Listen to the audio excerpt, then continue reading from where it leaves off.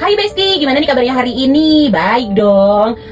Ya walaupun cuaca hari ini tuh panas banget, gue bingung banget ya sama cuaca di Jakarta ini. Kadang panas, kadang hujan, kadang panas. Tapi kebanyakan panasnya nggak sih Besti? Nah, kali ini aku mau cerita tentang seorang gadis di jembatan Gondoloyu. Cerita ini ditulis sama Bapak Triwahyono. Karena cerita ini tuh langsung ditulis dari kota Jogja, asal si penulisnya. Yaitu tepatnya ada di jembatan Gondolayu. Pengalaman mistis bisa diterima oleh siapa saja tanpa memandang status ataupun profesi. Bahkan kisah ini dialami oleh seorang sersan bernama Wahyono. Sersan Aryono ternyata namanya. Sersan Aryono. Dia adalah sersan yang menjadi anggota kepolisian di mana beliau ini bertugas di daerah Keistimewaan Yogyakarta.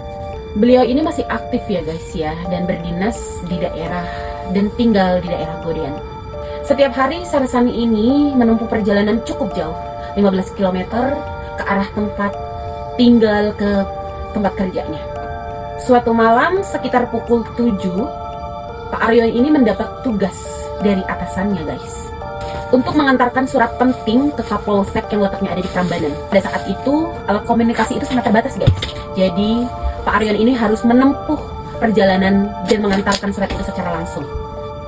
Pak Aryono menggunakan motor tuanya menuju ke alamat yang sedang ditujunya sekitar 20 menit. Akhirnya beliau menyerahkan surat tersebut ke petugas piket yang ada di lokasi. Setelah pekerjaannya selesai, Pak Aryono tentunya lega dan mulai pulang ke rumah. Namun di perjalanan pulang, tepatnya di daerah Jetis, dekat percetakan KR Kalitirto, Pak Aryono ini dihentikan oleh seorang gadis dengan memakai baju seragam putih layaknya seorang perawat. Dan gadis ini meminta Pak Aryono untuk menumpang untuk ke arah Yogyakarta. Tentunya Pak Aryono menyediakannya.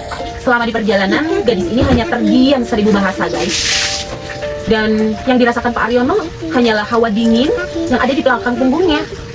Setelah mereka hampir sampai di jembatan Gondoloyu, gadis itu meminta turun. Dan Pak Aryono ketika mencoba menoleh ke belakang, tiba-tiba gadis itu sudah hilang. Sontak Pak Aryono kaget dan Pak Aryono hanya terdiam guys dan bingung. Kemana gadis itu pergi? Usut punya usut, ternyata di jembatan Gondoloyu ini, menurut cerita warga, jembatan ini adalah jembatan yang mistis. Karena pernah ada kejadian seorang yang bunuh diri di jembatan Gondoloyu.